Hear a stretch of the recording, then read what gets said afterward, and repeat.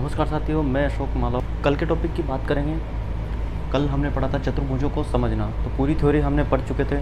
आज हम क्वेश्चंस पर बात करेंगे।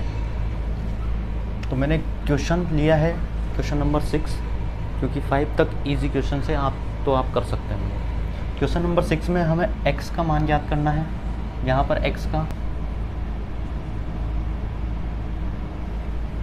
ठीक है। तो सभी क्वेश्चंस में हमें x का मान ज्ञात करना है। तो हम फर्स्ट क्वेश्चन से स्टार्ट करते हैं। ये आकृति चतुर्भुजाकार है, यानी कि चतुर्भुज की आकृति है। तो चतुर्भुज के सभी कोणों का योग मैंने आपको बताया था कि कितने डिग्री का होता है, 360 डिग्री का होता है। तो चतुर्भुज के सभी कोणों का योग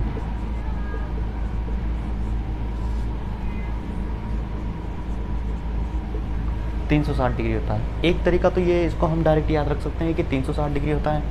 दूसरा तरीका मैंने कल एक फॉर्मूला बताया था कि n-2 इंटू 180, जहाँ पर n क्या है, n भुजाओं की संख्या है। यहाँ पर भुजाओं की संख्या 4 है। तो यहाँ पर जैसे फॉर्मूले हम 4 पुट करेंगे तो इसको मल्टीप्लाई करने पर 360 डिग्री आता है। वैसे भी हम चतुर्भुज तक याद रख सकते हैं कि चतुर्भुज के चारों कोणों का योग कितना होता है, 360 डिग्री होता है। अब मैंने यहाँ पर लिखा है चतुर्भुज के सभी कोणों का योग बराबर 360 डिग्री। तो यहाँ पर सभी कोणों का मुझे योग करना है। सभी कोण बारी बारी से लिखेंगे हम। 50 डिग्री, उसके बाद 130 डिग्री, प्लस उसके बाद 120 डिग्री, फिर उसके बाद x, और ये चारों जुड़कर किसके बराबर हो जाएंगे, 360 डिग्री के बराबर हो जाएंगे। इनका अगर योग करते हैं हम तो 300 डिग्री मिलता है, प्लस x इक्वल टू 360। इसके बाद हमें यहाँ पर पक्षांतरण करना है, ट्रांसफॉर्मेशन करना है। 300 को ट्रांसफॉर्मेशन करेंगे तो यहाँ पर प्लस का है, इधर जाते हैं ये माइनस का हो जाएगा, घटाने पर ये बचेगा 60। तो x का मान कितना आया, 60 डिग्री। यहाँ पर x की वैल्यू कितनी आ जाएगी, 60 डिग्री। सेकंड क्वेश्चन की हम बात करते हैं b। यहाँ पर आप ये साइन देख रहे होंगे, ये साइन है 90 डिग्री का। कितने डिग्री का, 90 डिग्री का। अब मैं यहाँ पर आपको एक चीज़ बताना चाहता हूँ कि ये रेखा है, रेखा के ऊपर बने कितने भी कोण बने, 1 2 3, ये 3 कोण मिलकर बने 4 कोण मिले हैं। तो इन चारों कोणों का योग 180 डिग्री होगा, यानी कि रेखा के एक और बने सभी कोणों का योग कितना होता है, 180 डिग्री होता है। रेखा के इस ओर भी कितने डिग्री होगा, 180 डिग्री होगा। ये कहलाता है रेखिक कोण युग्म गुणधर्म। आगे के चैप्टर में हम इसके पढ़ेंगे कि रेखिक कोण युग्म क्या होता है। तो अभी फ़िलहाल इतना समझ लीजिए कि रेखिक कोण युग्म का मतलब होता है कि रेखा के एक और बने सभी कोणों का योग कितना होता है, 180 डिग्री होता है। तो ये रेखा के एक और 2 कोण बन रहे हैं, एक तो ये है और दूसरा ये है। तो यदि इसका मान 90 डिग्री है तो इसका मान भी कितना हो जाएगा, 90 डिग्री हो जाएगा। अब ये वापस चतुर्भुज 1 2 3 4 भुजाओं से मिलकर बनी बंद आकृति क्या कहलाती है, चतुर्भुज। तो इसमें वापस हम लिखेंगे कि चतुर्भुज के सभी कोणों का योग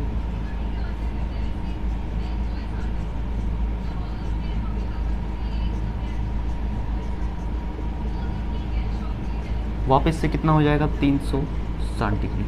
बारी बारी से हम चारों कोणों को जोड़ेंगे। यहाँ पर लिखा हुआ है सभी कोणों का योग, यानी कि सभी कोणों का हमें योग करना है। 90 degree plus 60 degree plus 70 degree plus x equal to 360, ये मिलकर 130, 220 plus x equal to 360, x equal to, इसका ट्रांसफॉर्मेशन करेंगे इधर,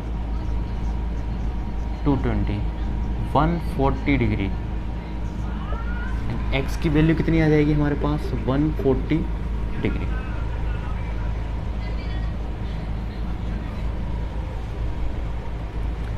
इसके आगे हम बात करते हैं क्वेश्चन नंबर सी की। सी क्वेश्चन लेते हैं। अब आपको यहाँ पर पता चल रहा होगा कि कितनी भुजाएं, 1 2 3 4 5, यानी कि ये कौन सा बहुभुज है? पंच बहुभुज है। तो पंच बहुभुज के सभी कोणों का योग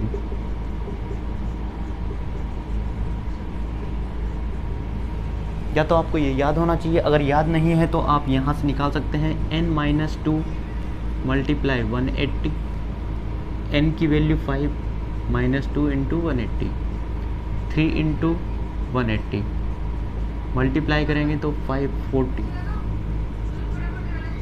540 डिग्री। इसके बाद यहाँ लिखा हुआ है सभी कोणों का योग। अब सभी कोणों का योग तब करेंगे जब हमारे पास सभी कोण होंगे। अब आप यहाँ देखेंगे कि यहाँ पर 2 कोण मिसिंग हैं, तो पहले इनकी वैल्यू फाइंड आउट करनी पड़ेगी हमें। अभी जस्ट मैंने बताया कि रेखा के एक और बने दोनों कोणों का योग कितना होगा? 180 डिग्री होगा। तो इसकी वैल्यू 70 है, तो इसकी वैल्यू कितनी हो जाएगी? 110, यानी कि ये कितना आ गया? 110। दूसरी साइड पर हम देखेंगे कि ये कितना डिग्री है? 60 डिग्री, तो ये कितना हो जाएगा? 120, क्योंकि रेखा के एक और बने कोणों का योग कितना होता है? 180 डिग्री होता है, तो ये आ जाएगा 120। अब हमारे पास पांचों कोण आ गए, 30 x 110 120। तो यहाँ पर सभी कोणों का हम योग करेंगे, x plus 110 120 plus 30 equal to 540। इनको ऐड करेंगे, x और x 2x होता है ना कि x²। x में x ऐड करेंगे तो कितना हो जाएगा? 2x होगा। 10 plus 20 30 30 60 260 equal to 540। 2x equal to पक्षांतरण करेंगे 260, यहाँ पर 80 बचेगा, 280, ये 2x है। यदि मैं x की वैल्यू फाइंड आउट करना चाहता हूँ, x की वैल्यू फाइंड आउट करनी है, 2x की नहीं करनी। 2x की वैल्यू 280 के बराबर है, तो 2 यहाँ पर मल्टीप्लाई में पक्षांतरण होते ही ये वज्र गुणा हो जाएगा और कहाँ चला जाएगा? डिनोमिनेटर में चला जाएगा। तो 280/2, इसको काटेंगे तो 140 मिलेगा, यानी कि x की वैल्यू कितनी आ गई? 140। ये भी x है, इसकी वैल्यू भी कितनी? 140। नेक्स्ट क्वेश्चन पे आते हैं हम, क्वेश्चन नंबर डी। अब डी में आप क्या देखते हैं? कौन सा बहुभुज है? 1 2 3 4 5 पंचभुज है, लेकिन उसके साथ में यहाँ पर ये टिक मार कर रखे हैं 1 2 1 2 1 2, ये लाइन टिक मार करके। इसका क्या मीनिंग है? इसका मीनिंग ये है कि ये वाली लाइन इसके बराबर, ये वाली इसके बराबर, ये वाली इसके बराबर, ये वाली इसके बराबर, यानी कि सभी रेखाएं आपस में क्या है? बराबर है। अब बराबर हैं तो ये साधारण पंचभुज न रहकर क्या हो जाएगा? सम पंच बहुभुज हो जाएगा। तो ये सम पंच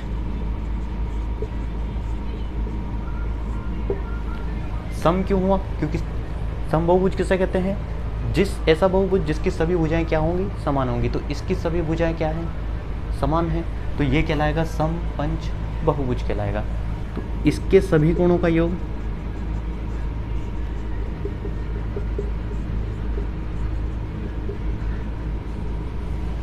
कितना हो जाएगा? 180 हो जाएगा, सॉरी 540 हो जाएगा। अभी पिछले क्वेश्चन में हमने निकाला है कितना होता है? 540 होता है। यहाँ पर लिखा हुआ है सभी कोणों का योग, तो सभी कोणों को हम क्या कर देंगे? ऐड कर देंगे, जोड़ देंगे, इक्वल टू 540। इनको जोड़ेंगे तो कितना हो जाएगा? 5x हो जाएगा 440। x की वैल्यू फाइंड आउट करनी, x यहाँ मल्टीपल में उधर जाते किस में आ जाएगा? डिनोमिनेटर में या भाग में चला जाएगा। 108, तो x की वैल्यू कितनी आ गई? 108 डिग्री, 108 डिग्री। तो यहाँ पर प्रत्येक x की वैल्यू कितनी होगी? 108 डिग्री होगी। नेक्स्ट क्वेश्चन पर बात करते हैं हम। इसमें x plus y plus z plus डब्ल्यू की वैल्यू करना। एक तरीका है डायरेक्ट करने का, वो मैं बाद में बताऊंगा। पहले हमें क्या करना है, एक्स वाई जेड और डब्ल्यू की वैल्यू निकालनी है। इसमें क्या करना है, एक्स वाई और जेड की वैल्यू निकालनी है। दोनों में एक ही नियम लगेगा या एक ही गुणधर्म लगेगा, रैखिक कोण युग्म। इस पर हम चर्चा कर चुके हैं।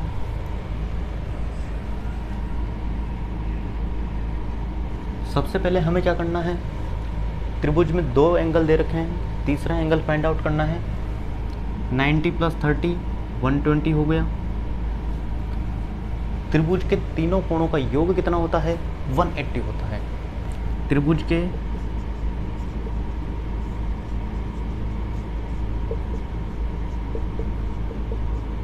तीनों कोणों का योग = 180 डिग्री।